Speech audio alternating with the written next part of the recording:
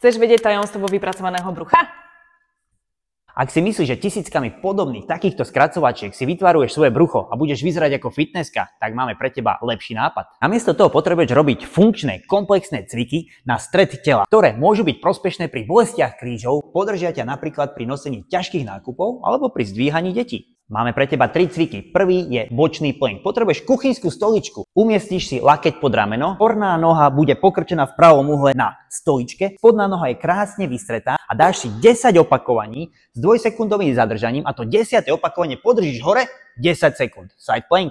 Druhým cvikom je tzv. Cvičiaci chrobák. Čo potrebuješ mať? Možno ľahučké činky, možno začni bez, možno potrebuješ gumičku, ale to už je ďalší level. Nádych je na začiatku toho pohybu. Nádych. Nádych na začiatku, zadržíš dých a výdych vrátiš späť do stredu.